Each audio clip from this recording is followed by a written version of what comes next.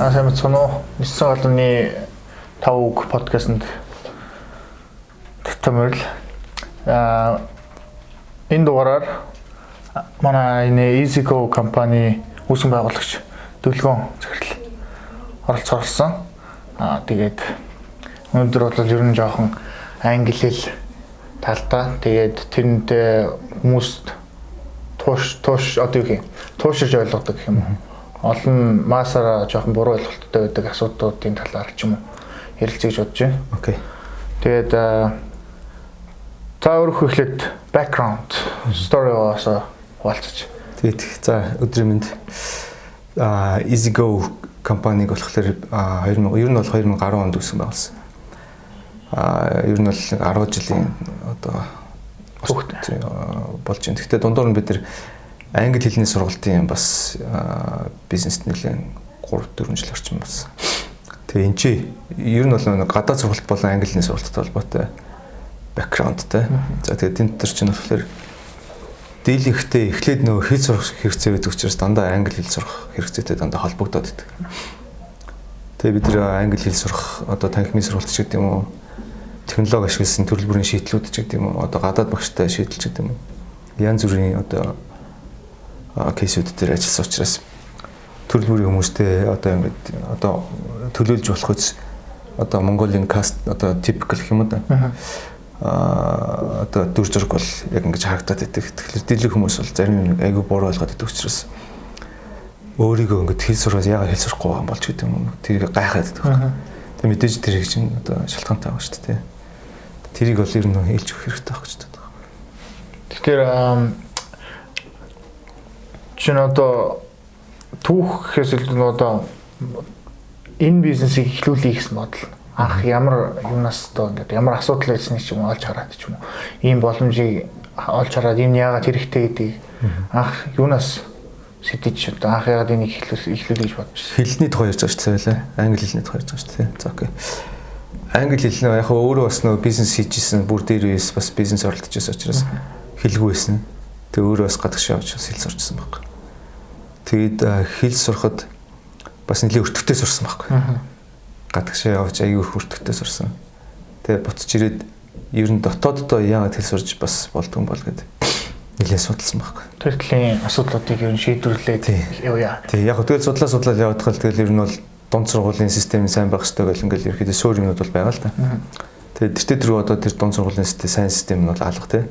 Байсан ч төлбөртэй сургуулиуд бол байгаа шүү дээ. Сайн английн одоо системтэй сургуулиуд бол хамгийн багадаа 10 сая төгрөгийн төлбөртэй байгаа. Дунд сургуультай. Тэгээд тэдгээр хүүхдүүд бол сурч байгаа. Тэр чинь бол хүн амын хэдэн өчөж магадгүй маш бага хувь байгаа шүү дээ. Тэгээ бусад хүмүүс бол ерөөхдөө дунд сургуульд нь хэлний бэлтгэл нь сайн биш байгаа учраас яах вэ гэдэг ингээ хайдаг те. Яаж би хэл сурах вэ гэдэг. За тэгэл зах зээл дээр ямар бүтээгдэхүүн байна гэдгийг одоо хайгаал одоо хэлний курс мөрсөр ингээл явдаг. Тэгэхээр энэ дээр нэг логикийн нэг юмыг хүмүүс ойлгохгүй болохгүй байхгүй. Тэр нь юу вэ гэхээр хэл сурна гэдэг чинь болохоор өөрөө мэдлэг биш. Одоо логикоор үзэх юм бол мэдлэг биш. Одоо сургуульч нь болохоор мэдлэгийг хүнд дамжуулж өгч байгаа зүйл тийм. Их сургууль бол мэдлэгийг хүнд дамжуулж өгөх. Мэдлэгийг шинээр бүтээх. Одоо research хийж байгаа шинээр мэдлэгийг бүтээх. Тэгээ тэрийгэ дамжуулах ийм үүрэгтэй. Хэл болохоор мэдлэг биш болчиход байгаа юм. Юу ойлгож байна миний хэлэх гэдэг. Энэ бол мэдлэг биш зэ. Одоо чинь хэн нэгэн багштай очиод надаа англи хэл заагаад өгөөч гэдэг зүйл бол хэл сурахтай ямар ч хамаагүй байхгүй. Би үл гэдэг нь хэл сурах нь бол practice гэж хэлдэг. Process буюу урт хугацаанд үргэлжилдэг, давтагддаг дадлага л байхгүй. Тэгэхээр манайхаа юу гэж ойлгоод байдаг вэ? Хин нэгэн багштай очиод хэл сурна гэж ойлгоод байдаг. Тийм биш. Яг гоо мэдээж нөө нэг онлайн мэдлэгийн хэсэг нь байгаа шүү дээ.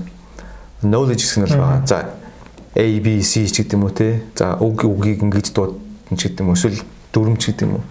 Тэр мэдлэгийг дамжуулдаг хүн бол багш байж болно те. Дунд сургууль. Тэгээ тэрийг practice хийхгүй бол сурахгүй байхгүй. Тэрийг л ойлгохгүй байхгүй. Тэгэхээр practice хийх гэдэг чинь өөрөө environment буюу орчин үүсгэх хэрэгтэй болчиход байгаа байхгүй. Одоо чинь гадаад сурсан хүмүүсийг төсөөлөд үзэл та чи англи хэл ер нь бол байгаа шүү дээ тийм. Тэгэхээр яаж сурсан гэдгийг эргээд санаа л да. Яаж сурснаа эргээд санах юм бол одоо яг сонирхол байгааг бол би хараад англи хэлээр сурах гэсэн. Тэгэхээр сонирхолтой болохоор одоо Япон юм үзсэн ч юм уу, Солонгос юм үзсэн ч юм уу, бүх үзэж байгаа, уншиж байгаа, харж байгаа юмнууд англи дээр гэсэн. Тэгээд ер нь бол ойлгодог болсон. Тэгээд гадаад яваад хүнтэй зүгээр харилцаа яриа хийж явахдаа л арай дээршилсэн. Тэгэхээр яг би бол багш нар бас яг сурж байгаа. Тий. Тэгэхээр чиний сурч ирсэн процессыг чинь дүгнэлт хийгээд үзэх юм бол одоо миний яриад байгаа тэр environment буюу англиар бол full immersion гэж нэрлэж байгаа байхгүй. Immerse. Орцсон тий. Тэнт тэр бүр гүн зүй ингээд deep орцсон. Усаар бол ингээд гүнлүүн ингээд орцсон ингээд нов нотон болоо гарч иж байгаа тайлхан. Тийш орохгүй бол хэзээ ч яахгүй шүү дээ. Тэгэхээр тэр immersion гэж юм байт юм аа. Тэр байхгүй бол хэл сурахгүй гэдгийг бид нэр хүмүүст ер нь хэлдэг байхгүй. Жишээ нь манай хэлний сургуульд ч юм уу ирээд одоо 1 сарын хугацаанд хэл сурах гэсэн үг. 1 сард хэл сурахгүй гэж хэлдэг байхгүй. Тэр нь бол одоо тэгээ хүмүүс ч бас өөрсдөө тийм бас буруу ойлголтод шүү дээ. Ингээд сургалтаа илүү зарах гэдэг ингээд байгаа. Гэтэ үгүй одоо энэ practice center гэдэг нь ойлгуулад харин тий одоо хэлний курсүүд бол чинь яадаг гэхээр за 1 сард сурж болно гэх. За 2 сард сурж болно, 3 сард сурж болно. Яг дүндээ тийм байхгүй л байхгүй. Тэрийг маш сайн ойлгуулах хэрэгтэй. Ингээд ийм арга байна, тийм арга байна. Гэтэл нөгөө хүмүүс ч нөр юугаач мэдэхгүй ч гэсэн одоо маш муухайгаар хэлэх юм бол интернет ч бол холигдуулна гэх нэрээ шүү дээ. Интернет ч бол ингээд төрөл бүрийн юм туршиж үзээд байгаа байхгүй. Тий, тэгэхээр яг үндэ бол одоо эн чинь ингээд бүр хамгийн багадаа 1 жил үргэлжлэх ёстой процесс байхгүй. Процесс.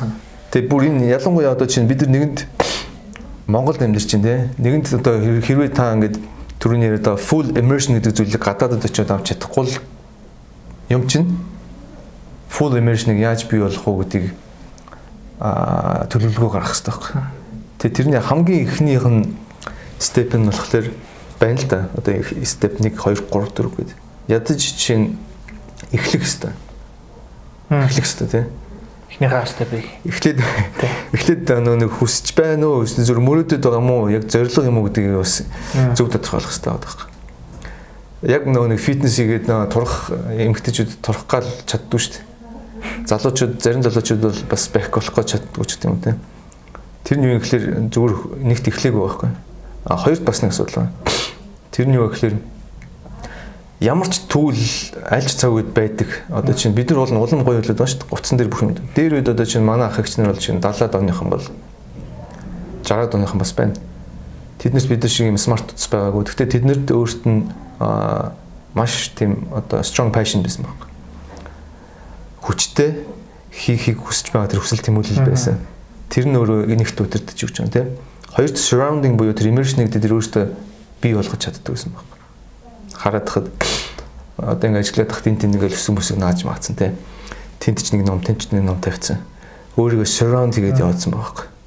Тэгэл одоо чинь дээр үед нөгөө хэл сурч ирсэн хүмүүс ингээд бас ингээд асууад үзэх юм бол энэ тэнт ч жуулчтай өнгөө ингээд ярьж мэрэл. Тийм. Тэр үед чинь одоо яг тэгээд одоо энэ тэнт ингээд үгээ бичээ наадаг ч юм уу ингээд surround тэгээд одоо immersive гэдэг байгаа гэдэг. Тэгээ одоогийн нийгэмд яагаад тэгж болохгүй одоо. Тэр метод чинь өмнө болж исэн. Гэхдээ одоо болохгүй. Одоо миний гээсэр бол одоо миний таамаглаж байгаа бол distraction ихтэй болсон. Одоо ноцтой ч юм уу. Маш олон төрлийн юмруу distraction ихтэй. Амар их entertainment нь бэлэн байж идэг. Эсвэл тэгэл entertainment авчдаг.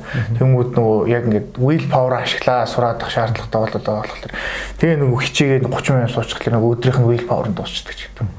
Тэгээ одоо энэ нийгэмд одоо үед бол энийг одоо давж гарах шаардлагатай одоо арга барилж гэх юм уу эсвэл боломжууд хийх. Гэхдээ яг ингээд ухаад ингээд үзэхлээр эцсийн эцэст нь болохоор хүн дээр өөртөө дээр нь очиод байгаа байхгүй. Тийм. За жишээ нэгт бол эхлэх хэвээр тэгээд тэр яг strong одоо хүсэл нь байх хэвээр. Тэгээд эхлэх юм бол аргууд нь бол олддог байхгүй. Яг ингээд эцсийн ингээд очихлаар тэгээд тэр хүн одоо арга хайж олно л гэдэг чинь өөрөө хүсэлтэй байж ижил ингээд арга хайж болох тийм сэтэл төрнөстэй. За яг гэл нэг search ийн. Үнэгүй ном байна уу гэл нэг search ийн. Хоорондоо ярьдаг тийм групп байна уу гэл нэг search ийн. Энэ эхний степүүдийг хийхгүй л байгаа хөөх тэ. Нэгт хоёр талаар хүмүүс за хичнээн хүслээ байгаад ихэлсэн ч гэсэн дахиад нэг ойлголт гарч ирээд байна. Тэр нь болохоор breaking shore гэж нэрлэж. Breaking shore. Shore. Энэ болохоор хэл сурах дээр бас ашиглах зүгээр. Гэхдээ юм болгон дээр ашиглаж болохоор ойлголттой. Тэр нь юу юм гэхээр далайн давлага байдаг шүү дээ. Ингээд айгуучтай орж ирээд яг ирэг дээр ингээд цохиод ингээд буцаад ингээд явдаг шүү дээ. Тэг яг хүн ингээд далаар өнгө алхаад байгаа ихлээр тэр далайн давлгаанд цохиулаад буцчаад гэсэн ойлголт. Тэнгүүд тэр далайн давлгааны яг хамгийн ихний тэр одоо shore хэсэг дээр байгаа цохилтонд тисчих юм бол цаашаа ингээд өргөөд авчдаг. Магадгүй далай дээр ингээд очиж орж исэн хүмүүс мэдэх бах тийм. Өргөөд авчдаг шүү дээ. Бүр ингээд бүр өндөрт өргөөд тэг ингээд цаашаа аваа явчихж байгаа хэрэг тийм. Тэр болохоор тэр ихний breaking shore буюу за хилэн дээр бол ихний 1 сар дээр л хүмүүс шантарчаад байдаг. Тэгэл яг 1 сар гэдэг чинь 30 хоног. Тэрэн дээр шантрангуутаа л зогсчихно. Тэгэл за худлаа юм хайчих байгаа. Тэгэхээр тэрэн дээр яаж шантрахгүй байх вэ гэхээр угаасаа юу л да хатуу дэглэмтэй байх хэрэгтэй. Өөрөөр хэлбэл яг тэр угаасаа л хатуу дэглэмийг одоо бид нар ямар нэгэн шинэ одоо habit суулгах хэрэгтэй шүү дээ. Шинэ юм сорвол тийм үстэй. Заавал хэлэхгүй шүү дээ. Яг тэр үнээр адилхан фитнес дээр. Өдөр болгон 6:30-д фитнес дээр очино. Таслахгүй. Хоолныхоо дэглэмийг заавал барина. Хэв маягаа өөрчилнө. Унтах нойр морь өөрчилнө, ажлынхаа хувирд өөрчилнө, календар дээр бүр зоож өгөх хэрэгтэй. Яг тэр шиг л болох хэрэгтэй байхгүй. Тэгээ хүмүүс ингэж чадсан хүмүүс бол яхаа амжилтаа үзүүлээд яваад байгаа. Чимээгүй яваад байгаа шүү дээ. Ингээл хүн болгоны өмнө гараад би ингэсэн шүү гэлтэхгүй шүү дээ. Авир зүрийнхээ хүмүүст бол яхаа хэлж магадгүй л тий. Түүнээс амжилттай яваа хүмүүс зөндөө байгаа. Яг хэлээ сурцсан зөндөө хүмүүс байна. Тэд нар чи яг ингээл яваад байгаа байхгүй. Өөрийнхөө одоо яг хүслийг ойлгоцсон, зорилгоод тавьсан. Зорилгоо бүр хугацаатай тавьсан. Би одоо 2021 оны 6 сар ихэд IELTS-ийн 6 оноо. Тэгвэл тэрийг ингээд хуваагаад сурцсан. Зорилттой хуваагаад сурцсан. За тэгвэл би одоо хэдэн сар байна? За магадгүй 6-7 сар байна. Тэгвэл 7 хуваач гэдэг юм уу те? 7 хуваагаад эхний одоо хэсэгт би ийм юмд хүрнэ гэдэг тоотой тавьдаг. Уг нь бол яг тийм байх хэвээр. Тэгээ би яг тоо магадгүй яг чинь англи хэл дээр юу ажиллах вэ гэхээр тэдэн хуудас ном уншнаач гэдэг юм уу тийм. Ингэж явж болно. Үг цэжлэх байж болно. Гэхдээ дан үг цэжлээд бас хэл сурахгүй. Заавал ашиглах хэрэгтэй болж тарна. Тэгээд дараагийн нэг юм болохоор ярих гэдэг нэг асуудал байгаа байхгүй. Ярихгүй бол бас сайжрахгүй. Зүгээр л чимээгүй ингээд дөрөв мөрөм шаалах юм бол яг бодит тал дээр яриа сайн мочгол шүү дээ. Дийлэг хүмүүс бол дөрөв бол байгаа. Тодорхой хэмжээнд байгаа. Юу ч мэдэхгүй хүн бол айгүй хоор. Тэгтээ бас байд юм билээ. Манай боловсролын улам муудаад байгаа юм уу? Юу ч мэдгүй юм бас байдаг юм билээ. ABC-гээс үзмээр байна гэл. Тэдгээр хүмүүс бол тэгээ мэдээж эхлэхдээ нэг тьютерээс эхэлж таарна угаасаа. Нэг тьютер Монгол багш дээр очих хэрэгтэй. Тэгээ ядаж ABC санал ширээ гэдгийг эхлээ заалгана л та. Тэгээ одоо тэр зорилго тавьдаг хүмүүс чинь бас одоо миний мэдгээр бол өөр юм дээр бас ашиглаж байдаг юм шүү дээ. Ер нь бол план гаргаж байгаа шиг юм. Гэтэ одоо менталити тал дээр тайлбарлах юм бол би одоо чинь өдөрт 30 минут ном уншнаа гэдэг тавьчихсан. Тэгээ нэг 10 минут гүнээ гэсэн. Айгуу тийм accomplish хийхэд боломжтой хялбархан юмнууд таскууд өөртөө өгчдөг. 2 хэн ч 3 хэн ч. Тэгээ тэрийг л юусоо яг хийдэг. Тэнгүүд нөгөө яг хийгээд ингүүд нөгөө win хийгээд штэ би энийг ингэ даваад болцсон. Өнөөдөр их жижиг юм хөтлөө win хийц. Тэгээ ингэ өдөр болгон ингэ win хийгээд аваад winning mentality тоолчтой. Тэнгүүд нөгөө дараа нь өөр юмд хийхэд бол winning mentality хүн losing mentality хүн биш. Нөгөө winning mentality-аар хайцаашаа ингэ сураад явахад л одоо суур одоо юу юм psychology талынх нь юм байхгүй. Тэгээд тэр план гаргадаг юм бас ингэ жишээ нь ногоон улаан шараа ч юм уу чухал энэ гэдгийг мэддэг. Тэгээ одоо сурах шалтгаан бас айгүй чухал гэдэг шүү дээ. Нөгөө одоо зорилгоо болгоод гэдэг чинь зорилго нь ямар шалтгаанаар сурж байгаа юм гэтэл нөгөө яг үнэхээр амьдралд нь хэрэгтэй одоо чинь мөрөөдөлтэй гэдэг ч юм уу тэр мөрөөдөлд нүрэхт нь англи хэл нь хэрэгцээтэй байна уу гэдэг нь доотлон шатанд явж байгаа шүү дээ. Гэтэл тэрийг ингээ биелүүлэхэд мөнгө хэрэгтэй гэдэг. Тэрний доор нь ингээ явж идэл англи байх юм бол мэдээлэлтэй холбоотой мэдээлэлүүд бүгдийг хаанаас авч болно. А тэгвэл мэдээлэлтэй байх юм бол мөнгөг олж болно гэдэг ч юм уу. Тэгээд ингээд доош нь яваад ч юм бол англи бас хамгийн тийм шаардлагатай хэрэгцээ болчиход байгаа шүү дээ.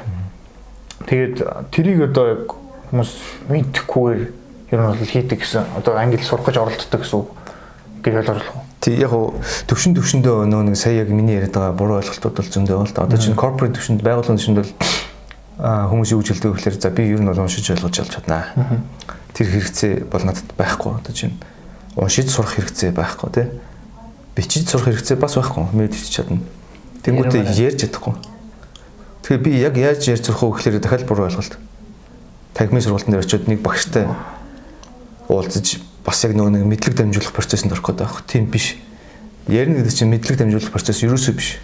Practice байхгүй. Тэгээ одоо дугуй унахыг номноос уншиж сурахгүй гэдэг шиг. Тийм. Фитнес ч гэсэн адилхан нэг тренер нь ингэх ёстой гэж ингээл хэлээл нөгөөт нь юу ч хийхгүй зөксөд байгаатай адилхан болчихж байгаа юм.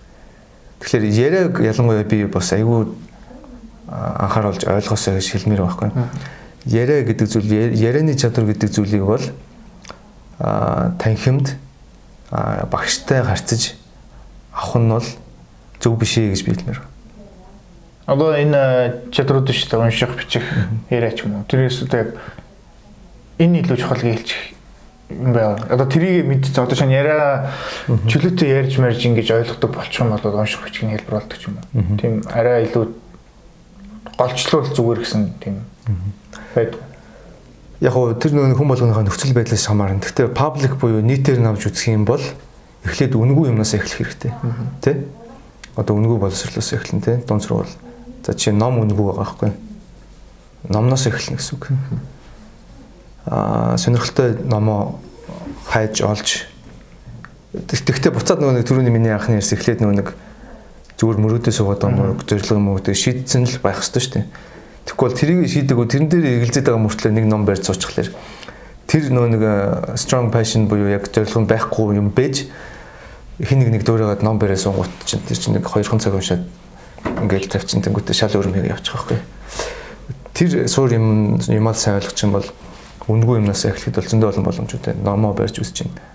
За номон дотроос бол vocabulary буюу үгийн санг бол хангалттай сууж авч чадна. Дүрмийг ч хангалттай авч чадна. Ном өөрөө бас нэг юм цэжлэхээс үг цэжлэхээс хамаагүй даваа талтай. Үг цэжлэх болохоор ингээд маш олон үгийг нэг ситүэйшнтэй холбоод цэжлээд байгаа шүү дээ. Аргачлалын хувьд бол ерөөдөө буруу гэж хэлэхгүй л дээ. Яг нэг төсөөлөн бодоод тэгээд цэжлэдэг шүү дээ. Тэгэхдээ ном нь арай дээр. Яг тэгэхээр нэг ном за нэг 200 утастай ном байлаа шүү дээ. Тэгэх юм бол тэр ном яг нэг сториг яриад байгаа шүү дээ. Яг нэг контекстийг яриад байгаа. Тэнгүү чинь тэр хүмүүс толгоондоо төсөөлчдөг шүү дээ. Уншихтаа. Энэ иймэрхүү юм ярьж байгаа гэсэн аяа. Одоо чинь уншиж хооронд л одоо чинь тэр ингэж яваад гингүүтэл төсөөлнө шүү дээ хүн чинь. Яг ингэ явж байгаа ах гэл төсөөлнө те. Тэнгүүт нэг хүн гарч ирээл яг тэр чинь төсөөлөл явж байгаа. Тэр өөрөө яг memoryтэй шууд холбогдсон ба. Дараагийн давуу тал нь болохоор нэг vocabulary гарч ирж байгаа те. Тэн дотор нэг үг баг одоо 100 дахин гарч ирж байгаа. Тэгэхээр чинь 200 утас ном уншаал дууссан бол тэн дотроос хэдэн үг сурах боломжтой, амар их үг сурах боломжтой. Тэгэхээр зүгээр нэг 3 ном уншчихад хэлтэй болохын баг зөв одоо 50% давчиж байгаа шүү дээ. Тэгтээ хүмүүс 3 ном уншдаг байхгүй. За тэгээд дараачих юмнуудаа л явна. Tutor гэдэг нь багшаар одоо дүрмийн үнэхээр ойлгохгүй юмнуудыг заалгаж болно. Одоо би шалгалт өгөх гэдэг юм чинь надад багш хэрэгтэй шүү дээ. За IELTS-ийн шалгалт өгөх гэдэг юм чинь би тэр чинь техникүүд одоо ялангуяа бас сургалтын төвүүд дээр нэг буруу юм бас ажиглагдаад байдаг. Тэр нь болохоор IELTS-ийн шалгалтанд бэлдмээр байна гэсэн мөртлөө өөрөө нэг анхан шатны хүн ороод ирдэг байхгүй. Тэгэд чи ямар төвшөнтэй вэ гэхээр би pre-intermediate гэдэг ядаж нэг анхан шатныхаа юмыг хэлж чадахгүй байгаа мөртлөө би IELTS-д бэлдмээр ингээд ороод ирдэг байхгүй. Тэр буруу ойлголтуудыг сургалтын төвөд аль хэдийн суулгаад өгсөн. Юун IELTS-ийн шалгалт байдгаа анхан шатныхаа юмд мэдхгүй. Тэр хүн 7-8 сарын дараа л IELTS-ийн шалгалтын тухай ярих хэрэгтэй байхгүй. Тэ? Тэгчээд харин яах хэрэгтэй вэ гэхээр одоо 1 сарын хугацаатай мэргэжлийн төвтөртэй хамтраад гол техникүүдээс аргачлах хэрэгтэй. Харин би яг бас IELTS дээр тгийж хардаг байхгүй. Англи ойлгоод байгаа мөртлөө яг очиж шалгалт төлөв нэг техник шаардлагатай юм шиг. Яг тэр чинь хугацаатай шүү дээ. Тэгэхээр арга техник хэрэгтэй. Одоо чинь шалгалт ямар ч шалгалтыг өгж байгаа юм эхлээд асуултаа унших хэрэгтэй. Түүнээс биш body text уншиж болохгүй. Асуултаа уншаад тэндээсээ хариултаа гяс хайж олох нь чухал болохоос биш. Тэр body text-ийг тухайн цаг мөчид одоо 30 минут ч юм уу унших нь буруу байхгүй. Tutor энийг л хэлж өгстэй. Тэрмийг бидэхгүй би ч бас уншихтай тэгж орсон. Бүгдийг нь унш дуусгачаад газ асуулт арддаг. Тэнгүүд яалчгүй цаг амжгаа байлдаг. Тэгээ сүүл рүү таадаг. Тэгээ speaking дээр бол би бол айлах хоёр зүйл байгаа байхгүй. Нэгдүгээр нь бол хэрэв боломжтой бол гадаад хүнтэй тогтмол ярих хэрэгтэй. Одоо өдөр болгон нэг 30 минут ч юм уу. Боломжийг нь гаргаж чадах хэрэгтэй. Тэгвэл тэр чинь насан туршдаа биш шүү дээ. Яг нэг тухайн одоо яг гол фокуслох хэсэгтэй тий одоо нэг 3 сар ч юм уу тий. Би одоо гадаад явах гээд байгаа. Эсвэл ажлын одоо промошн хийх гээд байгаа. Тэгтээ английн яриаг сайжруулах хэрэгтэй. Яг тэр тухайн цаг мөчид яг нэг конкурсанд бэлдэж байгаа юм шиг 3 сар яг нүдэх хэрэгтэй байхгүй тий. Өдөр болгон 30 минут гадаад багштай ярих хэрэгтэй. Гадаад хүнтэй ярьж байгааг нэг давуу тал нь болохоор breaking shyness гэж байна. Ичих гэдэг зүйлийг байхгүй болно. Ичхээ болно гэсэн үг. Монгол хүнтэй харьцаад байхлаар ичих яг тэр breaking shyness байхгүй болохгүй. Алга болохгүй. Яг л гадаад хүнтэй тарахлаар шал өөр нөхцөл байдал үүсэж байгаа. Гадаад багштай ярих юм бол гадаад тэр рүү бид нар гадаад хүнтэй л ярина шүү дээ дэлгэхтэй. Тийм учраас гадаад хүнтэй ярианы практисыг багаар тогтмол хийх хэрэгтэй. Тэгжиж л ярьж сурна уу гэхээс биш. Сургалтын төв дээр бол болно худлаа ярьж сурах. Тэр нөгөө хэлийг орчуулж толгойдоо бодох зүгээр тэр яг юу юм бэ? Нөгөө нэг би хаанаас зардлаа нэг орчуулах биш. Бараг зүгээр шууд тэр хэл дээр нь бод сэтгэдэг гэх юм. Монгол руугаа хөрвүүлэхгүйгээр би одоо шууд англи дээр нь сэтгэгээд англиар нь бодоод тэрийг шууд амнасаа гаргах юм. Монгол руугаа хөрвүүлэхгүй. Тэр чинь яг миний яриад байгаа практистэй шууд холбоотой. Яагаад гэвэл орчуулж сэтгэж нэгд чинь тэр чинь бодит практис дээр болоогүй зүйл учраас нэг орчуулахаас өөр аргагүй болчиход байгаа зү. Бид нар хэлийг яг юунд ашигладаг гэхээр зүгээр энгийн өдөр тутмын communication дээр л ашиглаж байгаа шүү дээ. Одоо чинь би бизнес эрхлдэг юм байлаа гэж нэг партнертайгаа уцаараа та юу вэ, сонирхол юу вэ, ойрд юу вэ, ковид яаж ийн хизээд дуусах бол одоо хоёул дараа чинь төлөв яах вэ, өчигдөр ингэсэн өнгө техник нэг ойр зураг юм ярьж байгаа шүү дээ. Тэгээд тэр чинь бодит практис хийж иж нэг тохиолдол шүү дээ. Кейсүүд бодит кейсүүд гарч ирж иж би тэр нэр скил авч үлдэж байгаа шүү дээ. Түүнээс хизээч яг тийм бодит кейсэн дээр ороогүй үед тэр нэг орчуулах гэдэг бодол одоо орчуулах гэдэг одоо өмнө таарлаж байгаа учраас тийм юу гэх юм нөхцөл байдал үүсчихэд байгаа юм л да. Тэгэхээр гадаад хүнтэй interact буюу communication хийх л ёстой байхгүй. Тэгэх юм бол орчуулах болж шүү дээ. Зүгээр өдөр тутмын энгийн юм л ярих хэрэгтэй шүү дээ. Тэр нь л тэгэхгүй одоо чинь юу гэдэг мэрэгжлийн нэр томьёог бол тэр рүү мэднэ үстэй. Маркетинг сонирхолтой бол тэр рүү өнүүдээ бол мэдж байгаа. Ямар ч артикл уншсан ойлгоно. Тэгтээ яг нэг маркетертэй гадаад маркетертэй ч юм уу те хоорондоо юм яриа суух гэхэлэр гол алдаа нь энгийн л зүйл шүү дээ. Энгийн одоо мэдлэгээс л эхэлж байгаа шүү дээ тийм үстэй. Тэгэхээр энэ дээр л ярианыхаа чадварыг сайжруулах ёстой болохоос биш. Хэтэрхий одоо хөндрүүлээ л те. Эсвэл дөрмийн одоо юу гэдэг бизнесийн англи хэрэгтэй ч гэдэг юм уу. Тийм юм бол ер нь бол байхгүй шүү дээ. Бүр нэг одоо юу гэдэг их сургуулаа төгсөж байгаа диплома хамгаалах гээд ихтгэл тавьж байгаа тохиолдолд нэг өөр л дөө. Тэр чинь тэтгэл ирж бас бэлдэн шүү дээ. Эхний англитэй сайн байсан тэрийг бас тэгээд бэлдэн шүү дээ. Бэлтгэл хэрэгтэй бол. Тэр зарим хүмүүс хитрхи өндөр одоо юу юм таргет тавиад тэндээ шантарч эрт шантарчаад нөгөө юу. Тим хүн байдаг. Одоо шинэ нөгөө жим дэвлээ шүү дээ. Тэгтэл нөгөө нэг аймаг бак болно гэд бодчдөг. Тэнгүүтээ нөгөө нэг юм 2 сарын дотор болохоор нөгөө бак болж байгаа юм харагдахгүй болдонгууд шантарчдаг юм. Тим хүн хитрхи өндөр зорилго тавьж ийн хүмүүс яаж ийн асуудал тэр асуудал мөн үү? Яг уу энэ дотор хоёр асуудал баг шиг байна. Нэг нь болохоор угаасаа зорилгыг том тавих хэрэгтэй аль ч зүйл дээр. 10x гэдэг нэг бас зарчим байна. Тэрний юу гэхээр зорилго угаасаа том тавь. Хүрхгүй байх үс том тавь. Grand Cardone тий. Хүрхгүй байх үс том тавь. Тэгжээж чи тэрнийхээ одоо юу гэн магадлалаараа логикоор одоо чинь Grand Cardone дээр бол борлуулалт шүү дээ тийм. 10x гэдэг нь болохоор би энэ сард 10 сая төгрөгийн борлуулалт хийнэ гэж бол 10-ын төлөөлөл явна. тэгж жаад нэг 6-7 сая дээр л хөрөх байх. Гэтэл тийм биш. Том тавь. Угаасаа 30 саягээ тавьчих. Тэгэх юм бол чи тэгж жаад 15 сая хийх байхгүй. Тэгэхээр 10 биш 15 хийхийн тулд 30 саяын борлуулалт тавих хэрэгтэй шүү дээ. Тэр чинь бол бүх юм дээр байх хэрэгтэй. IELTS-ын 7 хоног аавна гэж зорилго тавих хэрэгтэй. Гэхдээ мэдээд objective goal гэдгээрээ том зорилгоо хуваа шүү дээ.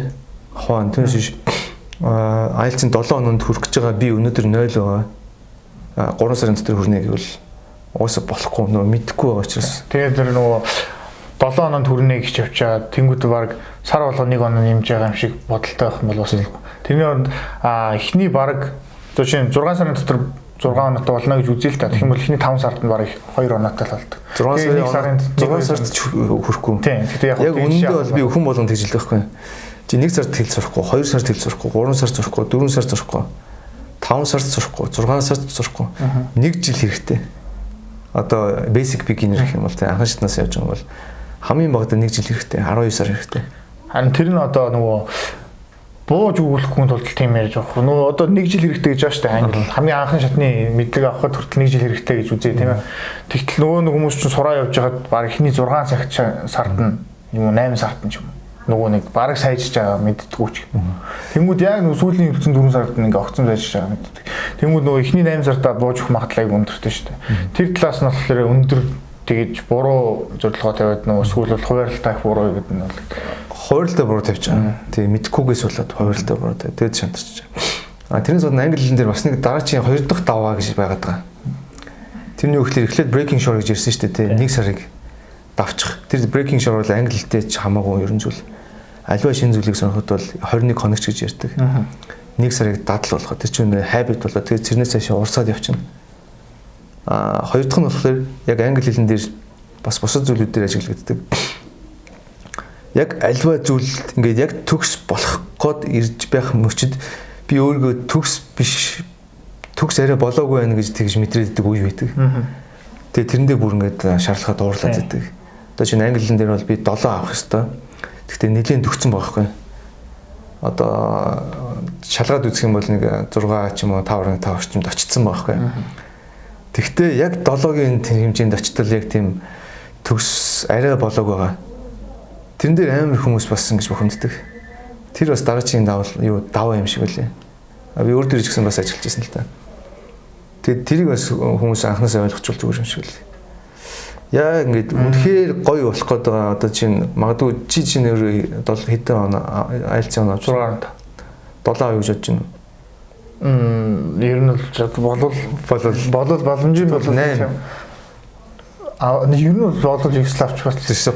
Гэхдээ чамд бас тийм frustration байж магадгүй те.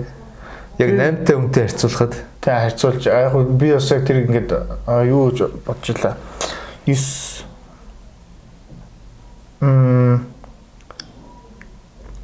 Тэг яг тэр үед болохоор яг тэр frustration гарч ирээд тэрийг бас давах хэрэгтэй юм билээ л дээ. Яг тэр маань болохоор яг англи хэлэн дээр бол яг A1, A2, B1, B2, C1, C2 гэж байна. Европын яг дэлхийн нэвтрүүлгийн шийдвэр зарчим бол тэр зарчмаар бол B2 байхгүй. Төрний хэлдгээр IELTS-ийн 5.5-аас дээш очсон. Тэгвэл яг бүр 7 дээр чинь бүр яг нэг fluent гэж хэлж хэрэгтэй. Бүр яг тийм бараг болцсон тэр үе бас байдаг. Тэгтээ тэр үед бас шандарч болохгүй гэж бодлоо. Түр нөгөө хэлэх гэсэн нөө одоо perfectionist наач мэл ер нь бол одоо нэг төгс болохгүй л. Тэгээ нөгөө би ярихаар болоогүй одоо би болон бэлдэж ижил яринаач гэдэг юм. Одоо нөгөө нэг 7-д хүрчээд нөгөө ярмаар байдаг. Тэгээ нөгөө 7-д хүрэхэд чинь ярих шаардлагатай шүү дээ. Өөрөө мөө ижиж эхлэх хэвээр.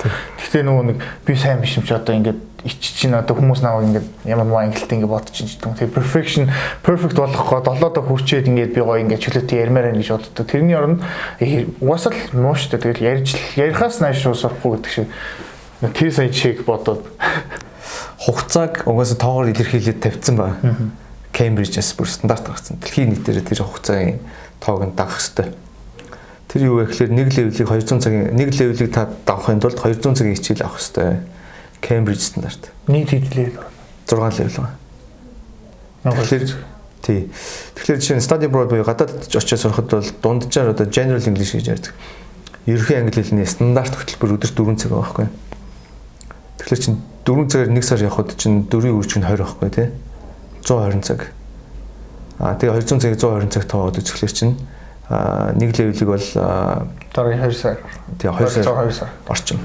Тэнгүүт дийлэнх сургуулиуд болохоор жишээ нь шахаж ордог сургуулиуд бол ер нь 2 сар дээр ингээд багталцсан байдаг. Яг 2 сар нэг левел гэдэг. Тэл ойлгомжтой. Гадаадд тасварж байгаа бол өдөрт 4 цагаар ингээ 2 сар юм. Тэгвэл өөртөө одоо энэ чинь Монголдо бодож үзье л та. Яг тэр стандартаар өдөрт 4 цаг сурч чадах болов. Шахалцуу орчин бүрдэхгүй бол хэцүү шүү дээ. Дунд сургууль ч юм уу, high school ч юм уу, university оюутнууд бол 4 цагийг бас шахаж болох юм те. Тэгэхээр тэр тоог бас хүмүүс ойлгож авах хэрэгтэй. Тэгэхгүй бол бас л нөгөө хүмүүс төлөвтүүлэл ингээл буруу ойлголтоор бага юм туршиж үзэл бүтэхгүй мэн за би болъё гэл ингээл хаждаг байхгүй. Туршиж үзсээр байгаа 10 жил болсон хүн байна. 9 шидийн юм туршиж үзсээр байгаа 10 жил болсон. За болъё гэдэг айл хэдэн шийдсэн. За одоо зөвхөн хүүхдэл сургая гэдэг. Одоо тэгвэл нэг өдөр 4 цаг гэдэг байгаа шүү дээ. Тэгээ 7-5 өдөр. Тэгээ яг тэр Cambridge стандартаар бол тэгж таарч байгаа. Би өөрөө зөхиогоогүй шүү дээ. Тэнгүүд одоо хүмүүс аимштай. 4 цаг өдөрт англи хэлхийн гэдэг чинь нөгөө одоо зарим хүмүүс бол аимштай сонсож байгаа байхгүй. Тэгэхээр тэр лекчер шүү. 4 цагийн лекц одоо яг авах ёстой lesson гэсэн үг те. Lesson number 1, 2, 3 гэл одоо яг Cambridge стандартын ном ч юм уу те. Тэрнийхэн дагуу авсан мэдлэг дамжуулалт. Тэрэн дээр яриа нэмэгдэх ёстой.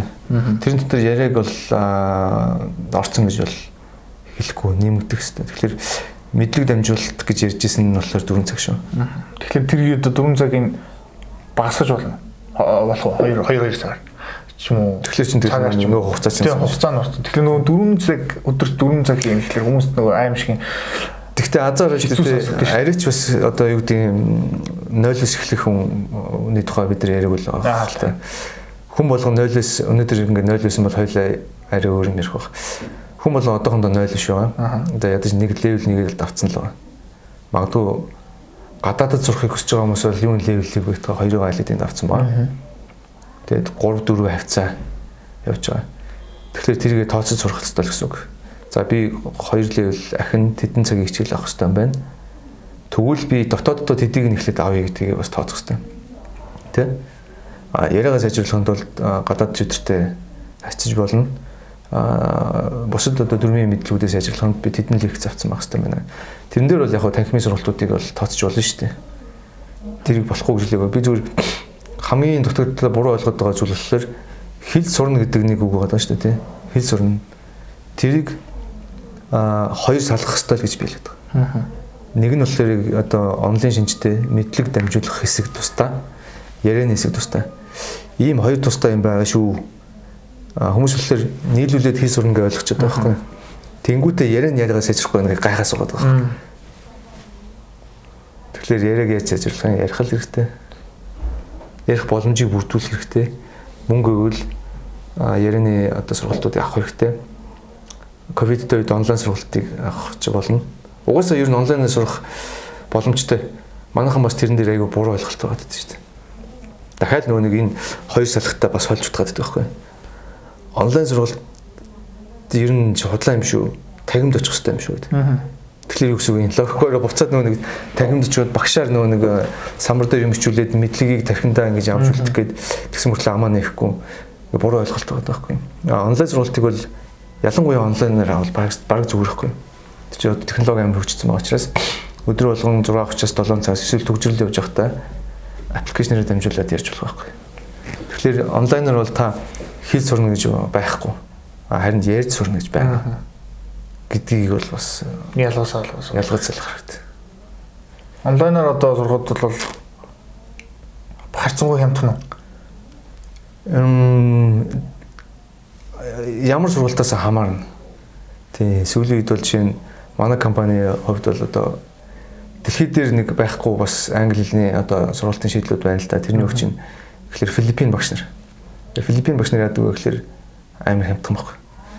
Маш хямдхан дээрээс нь чанартай сайн багш нар. Өөрөөр хэлбэл Монгол багшаас ч хямдхан. Тэгсэн мөртлөө нейтивтэй маш төстэй. Нэлээд төгсөн. Тэгэхээр тэр хүмүүс ч юм бол тэр нейтив хүмүүс шиг ярьдаг. Тэгсэн мөртлөө нейтив багш нар ч яг үндэ нейтив багш нар биш. Зүгээр native хүмүүс чинь тэр мэрэгчлэр карьерээр ингэ явж байгаа шүү дээ. Тэнгүүт одоо чинь Монгол ямар хүмүүс ирдэг вэ гэхээр нэг бол Монгол хүнтэй суусан ч гэдэг юм уу эсвэл ингээд багш нар биш байхгүй. Тэр зүгээр speaking trainer байхгүй. Speaking trainer-уудад мөнгө төлөөд ярьж болно. Түүнээс биш багш гэж ойлгож болохгүй. Харин native хүмүүстэй харьцуулах юм бол тэр нөгөө Филиппин багш нар болохоор багшийн мэрэгжилтэй. Тэгсэн мөртлөө native хүмүүстэй хамгийн төгцсөн. Тэгсэн мөртлөө маш хямд. Тэгээ энийг ашиглаад онлайн сургалтын дээр ашиглачингууд аюу хямдхан гарч иж. Нэг цагийн баг $5 олон цагаар нь багцлж хөдөлж явах юм бол баг $3 орчим. Тэнгүү чи native багш нар ч юм болохоор хамгийн багадаа хамгийн мяа багш чинь л $10-с эхлэл дээшээ. $15 нэг цаг нь шүү дээ.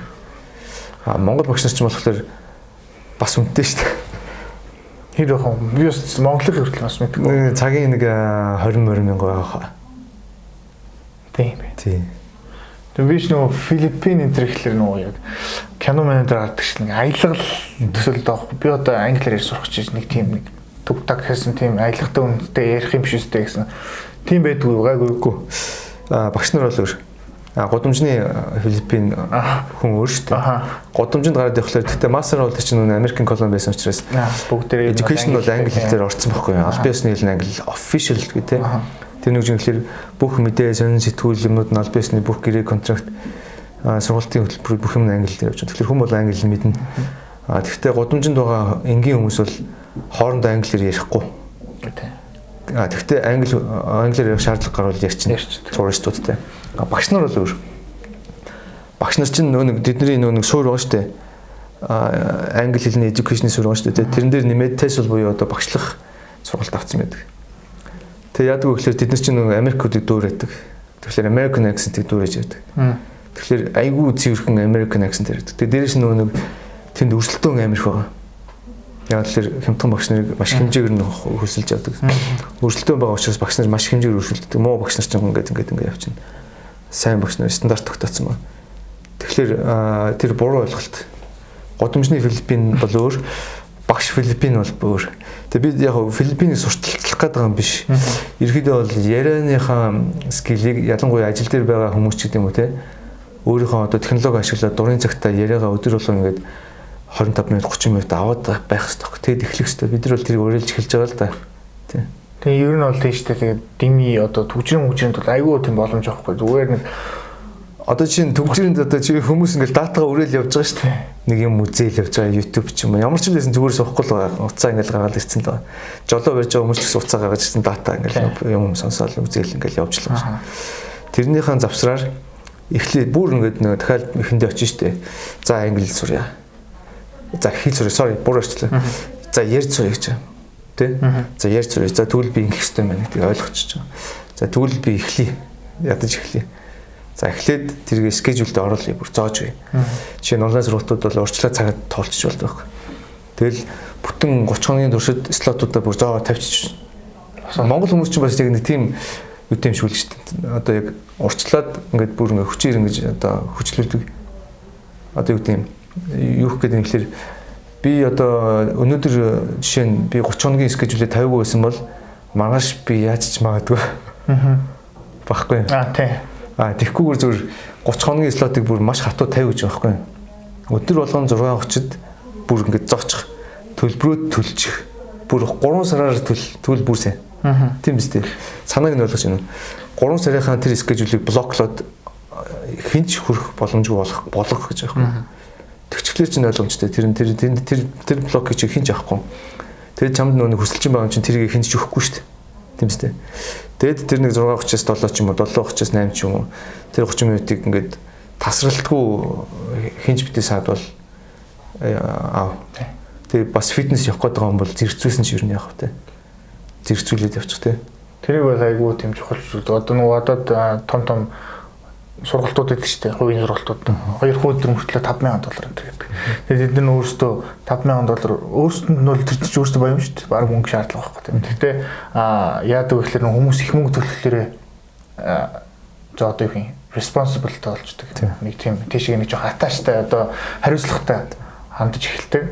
Тэгээд consistent тэгээ нөгөө нэг environment нь бүрдээд эхэлчихлээр одоо орчин тойрон ярилцж байгаа хүмүүс чинь яг санал нэг одоо зорилготой болохоор бас одоо сурах бүтэцлүүд амар бүрддэг. Хамаагүй үр дүнтэйгээ тийм үнэтэй гэдэг ч гэдэг. Тэгэхээр одоо яг ингээд дими юм хийж ихэ оронд бол гэл хэлчихмээр л та. Гэхдээ хүмүүс ч яалч бол одоо тиймэрхүү юмд ингээд бүр тасцсан.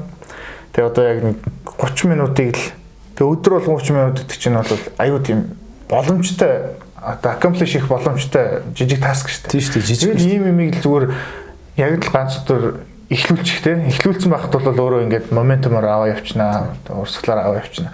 Тэр шиг л одоо ингээд дими суучгаар одоо үнэхээр англи одоо өдөрт 30 минут ингээд 2 сарын дараа 3 сарын дараа гэхэд бол бараг л мод 0 stage болчихно шүү дээ. 90% англиас. Тийм шүү дээ. Одоо ярианы чадвар чинь бол яг өдөрт 30 минутыг таслахгүй авч яваад байх юм бол 4 сарын дотор бол өөртөө ихтэй хинтэж харилцаанд ороод өөрийгөө экспресс хийгээд илэрхийлээд хүнийг ойлгочих болно. Одоо чинь IELTS-ийн 7 хоногтой болно гэхгүй. Өөрөөр хэлбэл хүн хүний зорилго шүү дээ. Гэхдээ дийлэх хүмүүс бол яг адилхан одоо англи хэлчийн одоо түүл болсон. Түүнээс биш өндөр шалгуур байхаа болцсон. Одоо чинь корпорат орчинд англи хэлгүй хүн бол баг хүн биш болчиход байхгүй. Байгууллага дээр 100 ажилтнтай 200 ажилтнтай байгууллага тэр менежер хэрэг англи хэлгүй байх юм бол ярьж чадахгүй байх юм бол үнэхээр ичвэртэй болчиход шүү дээ. Тэгэхээр ярьж чадахгүй менежер чинь зөндөө байгаа. Тэг тэдгээр хүмүүс бол бас л адилхан буруу ойлгоцсон. За яаж ярьж зарах вэ? Танхимын сургалт Монголд гэл. Тийм биш ээ. Аялын чанартай сургалт энэ. Зөвхөн on the go, онлайнаар аппликейшнээр тэр чинь их мөнгө биш. Одоо чинь сард $90, $150, $200, $300, $400 төр байхгүй. Тэгэл манайхан чинь одоо тэр байтугай мөнгийг үрдүүлүүлдэг. Чинь яг хэрэгцээтэй байгаа хүмүүс одоо чинь дийлэнх одоо байгууллага дээр ажиллаж байгаа менежүүд ч гэдэг юм уу.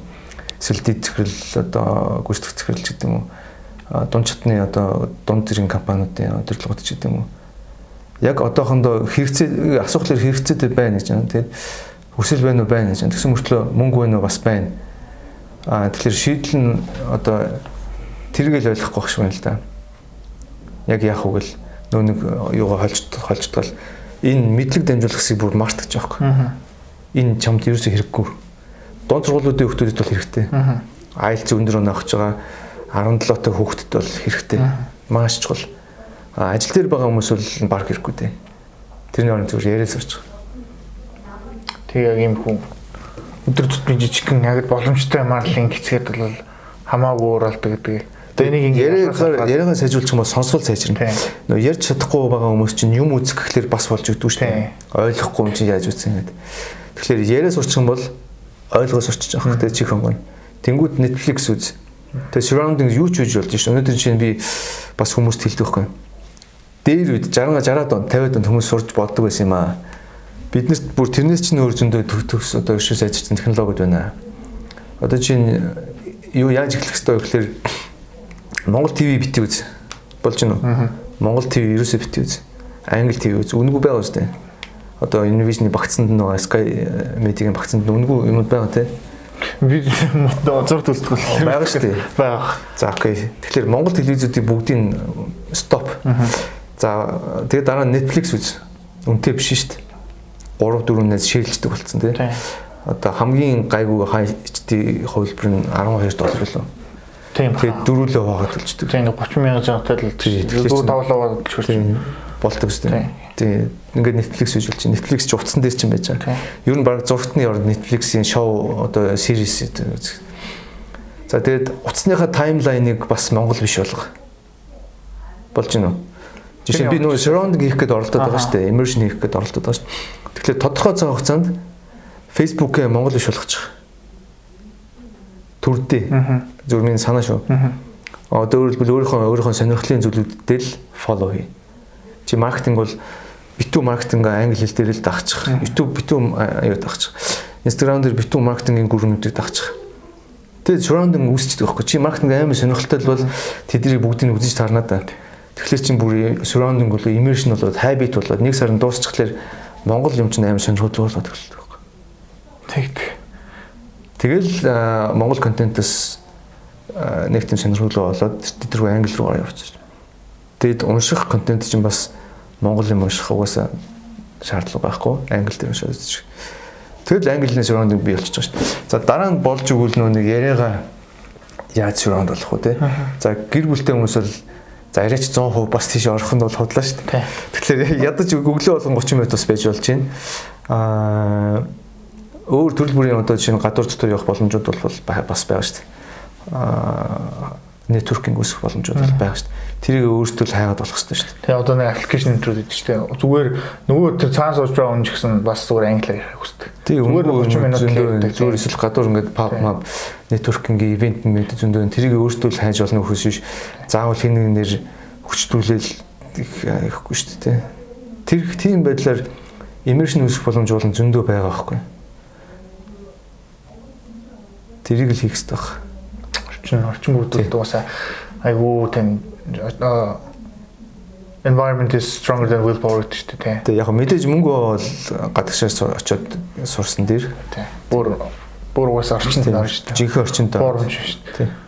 Гэтэл ер нь бол айлтгал өөргөө одоо өөргөө хуурсан гэж хэлэх юм шиг. Гэтэл бас тийм нөгөө мэдрэмж авна шүү дээ. Тэгээ одоо нөгөө хүний одоо ой санамжийн одоо сануулахын тулд одоо тэр үед байдаг одоо үнэр мөнөр ч юм уу тэр үнэнд ой санамжийн сануулдаг гэдэг шиг одоо ингээд эргэн тойронд нь харагдаж байгаа юмнууд нь ойролцоогоор ерөн ихэнх нь ингээд англи мэл дээр явах юм бол илүү хурдан сайжрна гэсэн үг юм шүү дээ. Тий.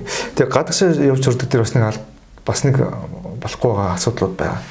Тэрний үгж нэглэр бас нэг агентууд зарим агентууд анхан шатны мэдрэхтэй хүмүүсийг аюул өндөр сургалтын төлбөртэй чинь Австрали дээр аюул анзаардаг байхгүй. Сургалтын төлбөр чинь тэр нь амар өндөр төлбөртэй. Тэнгүүт нөгөө нөхдөд чинь бас сургалтандаа суугаад ажил хийгээд ингэ явж байгаа хоорондоо тэндээ Австралид очсон мөртлөө англи хэл сурч чадахгүй тохиол зөндөөд байхгүй. Тий харин. Тэгснээ одоо би хэл сурч чадахгүй байна гэд баг зарим нь одоо юу гэдэг онлайн сургалт юу юм байна гэдээ асуудаг юм зөндөөд.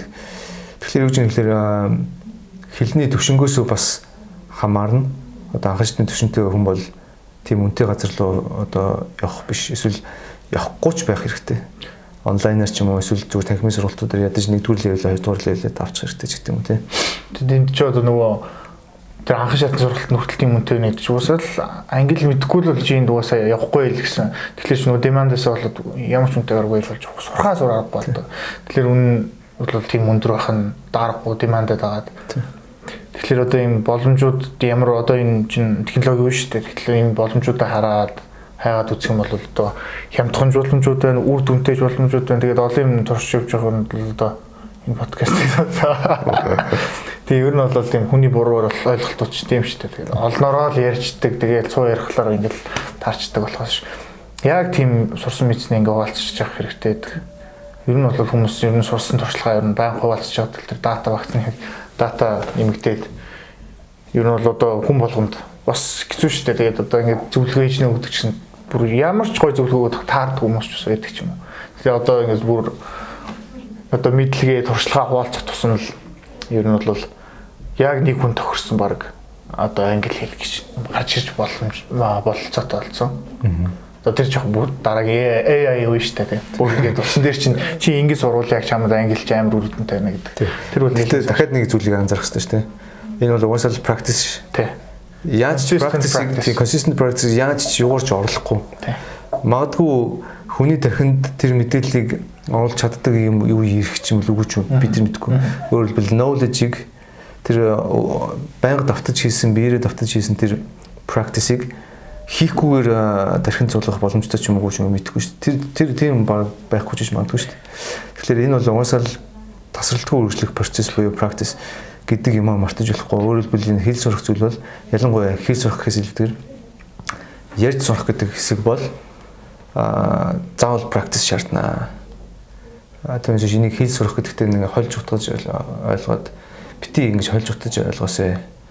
Дүрмээ тустаа тэ vocabulary-га тустаа номоо унш ингээд сонсголоо сайжруул мэдээж харин амаа нээж таарна да бид нэ зургттай амаа нээж чадахгүй шүү дээ тий номтой амаа нээж чадчих конверс хийж чадахгүй шүү дээ тэгэхээр нэг хүнтэй конверс хийх шаардлагатай байгаа шүү дээ тий тэгэхээр тэр нь бол монгол хүн байна уу хин ч юм уу ямар ч үс ингэж таарах гэдэг байхгүй тэг гадаад хүн байвал сайн гэхдээ тэр хэр urgency байна хэр яаралтай байна гэдгээс шалтгаална шүү дээ тий ер нь бол гадаад хүнтэй л байсан дээр би бас нөө одоо найзтай ч юм уу дүүтэй ч юм уу одоо ингэж хоёулаа дан англи хэлээр ямар яг үзчихсэн бодохгүй одоо 7 ч хонохгүй шүү дээ. Бараг 2-3 оны дотор тэгэл бүтлгүүж байгаа байхгүй. Ер нь бол гадаад үнтэй ярьсан дээр. Тэгээ ялангуяа танихгүй үнтэй явуулсан зүгээр.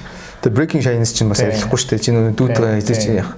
Тэгэл дүүтэйгээ баахан practice хийж чад. Гараад гудамжтайгаар ярих гэхээр хичээл зовоод сандраад явчих шүү дээ. Ер нь бол хичээл зовхоос ер нь эртхэн брейк хийсэн. Тэрийг бол shining break-ийг бол эртхэн ер нь бол гасцсан тэр юм бэл. Тэгээ би бас яг Сингапурд ч яг гэсэн. Яалч ярьж чаддгүй тэгээд бүр иччихсэн ч гэсэн буруу ярьсан ч гэсэн ярьждаг. А тэгээ нөгөө хүмүүс чинь нэг сүртэй чамайг тэгж доогөл шаалахгүй шүү дээ. Тэгэхээр тэгээ зүгээр ингэ ярьчаад ирэнгүү нөгөө чинь ойлгодог. Одоо тэгээ эртхэн тэр одоо айд сайр нь бол хайл гэсэн. За. Тэгээ өнөөдөр дугаарыг ингэ дуусгая. Тэгэхээр хүмүүс ерөнхийдөө би ингэж хэлмээр байна л да. За, сүүлийн. Нөгөө катлж шорткат хийх гээд байгаа тэр нэг майндсет тэр товчлох гээд байгаа тэр нэг бодол монголчуудын. Тэрэн дээр чинь хүмүүс тоглоод байна шүү дээ. Товчлох гээд тэрэнгүүт нэг хүмүүс чинь одоо сургалтын төвд ялангуяа 1 сар 6, 2 сар 6, 3 сар 6 гэдэг юм уу магадгүй өөр нэг онлайн сургалт ч юм уу ямар нэг таамаагүй тэр майндсет тэр ямар ч бизнес ер нь тэгж байгаа шүү дээ. Тэр майндсет тэр нь ашиг хийж байгаа шүү дээ. Тэгэхээр хэдүүлээ энийг өөрчлөе дээ. Одоо чинь 1 сар 6, 2 сар тийм байхгүй. Одоо би шууд хэлэхэд 1 жил хэрэгтэй тий. Орж иж байгаа бид манай ялангуяа хамж байгаа ч гэсэн шууд үнэн 1 жил хэрэгтэй. Гэхдээ 1 сарын хугацаанд та юу сурж болох вэ гэдгийг зөвөр ойлгуул. Онлайнаар 2 сарын хугацаанд та яг юу сурж болох вэ гэдгийг зөвөр ойлгуулна. Тэгэд тэр хүний хүсэж байгаа үнцэн энэ сургалтын хүсэж байгаа үнцэнтэй таарж байх юм бол авах хэрэгтэй. За би нэг 2 сарын хугацаанд нэг зөв жоо яриа сурч маа. Ичгүй. Болно. Энэ бүтээгдэхүүн яг тэрэнд чинь таарна. Түүнээс биш би 2 сарын хугацаанд хэлтэй болмоор байна. Тийм байхгүй гэж хэлэн тэ. Тийм бол байхгүй. Гэт задлаа тайлбарлаад хэлэх хэрэгтэй байхгүй юу? Уг нь бол тэгтээ тэхгүй шүү дээ. Ямар ч газар дийлэгт тэхгүй байхгүй. Тэгэхээр энийг хэдүүлээ одоо ойлгоцгоё. Үннийг нь одоо хэлье. Үннийг хэлэхэд угаасаа одоо сүүлийн үед хүмүүс хэлдэг болцсон л доо. Тэгтээ удаагүй байна. Ер нь 2 жил хэрэгтэй, 1 жил хэрэгтэй гэж хэлдэг болцсон. Тэгтээ мэдхгүй хүмүүс л зөндөө байна. Үр дүн гарч байгаа сургалт чинь одоо ингээд тийм үнэхээр 30 минут өдрөлгөн игээл жилийн дараа ихэд сайхан одоо чөлөөтэй ярьдаг, чөлөөтэй ойлгодог болчих юм. Тэр чинь бол одоо value-ийн хувьд бол одоо тэр мөнгнөөс ч юм бол хамаагүй үнэтэй болж байгаа. Тэгээ тэрнээс цаашаа тэр боломж нэгдснээр хад илүү тэр нөгөө 400 мянга ч одоо хэдэн зуун мянга шийдтэн одоо тэр төлбөрөө одоо 5 6 10 нуулах боломжтой байхгүй. Тэрнээс болоод value дээр нэг юм ярьж байгаа. За. Тэгэхээр ингээд бас хямдхан бүтээгдэхүүн, үнэтэй бүтээгдэхүүн гэж хоёрын цаанд байна. Тэгэхээр хүмүүс болохоор value буюу үн цэнийг price буюу үнийн шошготой андуурдаг. Энэ айгүй чухал ойлголт байна. Чи яг юу хийж байгаа? Чамд ямар value ихтэй? Одоо чи за 2 сарын дараа чи нэг юм болцсон байх ёстой шүү дээ. Тэнд л хүрхэн чухал болохоос биш. Тэр price чухал биш шүү дээ. Тэгээ энийг хүмүүс бас ойлгодог юм. Хямд юм байна уу? Хямд юм байна уу гэж асуудаг байхгүй. Тэр хямд юм чинь чиний тэр нөгөө value-нд чинь хэзээ ч хүрэхгүй. 2 сарын чи цаг хугацаа чи хамгийн үнэтэй болохоос биш. Тэр өдөр төлж байгаа тэр нэг price тоо чухал биш байхгүй. 3 сарын дараа 2 сарын дараа би ингэдэг болцсон л байх нь чухал болохоос биш. Бүр ингэж хамгийн ямдхан юм л хайгаад байдаг. Тэгээ өөрийгөө хуураад байгаа юм. Тэр value price хэрэг тэгж айгүй андуурдаг. Одоо үнэхээр болно value гэдэг надад нэг хурж 6 сарын дотор чамаа бакуулгах бид $10,000 төлсөн ч арай. Тэр яг тийм value price хоёрыг ялах хэрэгтэй. Тэгээд тэр чинь бас ер нь бол одоогийн манай энэ Монголд байгаа сургалтууд энэ төр өөрсдөө бас маркетинг хэрэгтлийн мэдлгүүдийг байнгын ингээд одоо подкаст хэлбэр ч юм уу ямар нэгэн аргаар өөрсдөө өгч байгаа. Энэ чинь манай баг хариуцлага болж байгаа байхгүй. Тийм учраас би өнөөдөр ингээд яриад яриад байгаа байхгүй. Тэгэхээр одоо тийм хүмүүстийг ингээд хэлж ойлгуулж одоо буруу ойлголцыг застанд одоо баярлаа. Тэг өнөөдрийн подкастыг ингээд дуусгая. Түрүүн жоохон бодлоо дуусчлаа. Тэгээд асуух юм байвал манай захирал бол одоо бүх талын мэдлэг одоо энэ салбарт ажиллаад 10 жил болж байна. Асуух юм байвал одоо юу ч байсан асууж болно. Тэгээд тайлбарлах л чадхаараа л хариулъя гэдэг. За баярлалаа.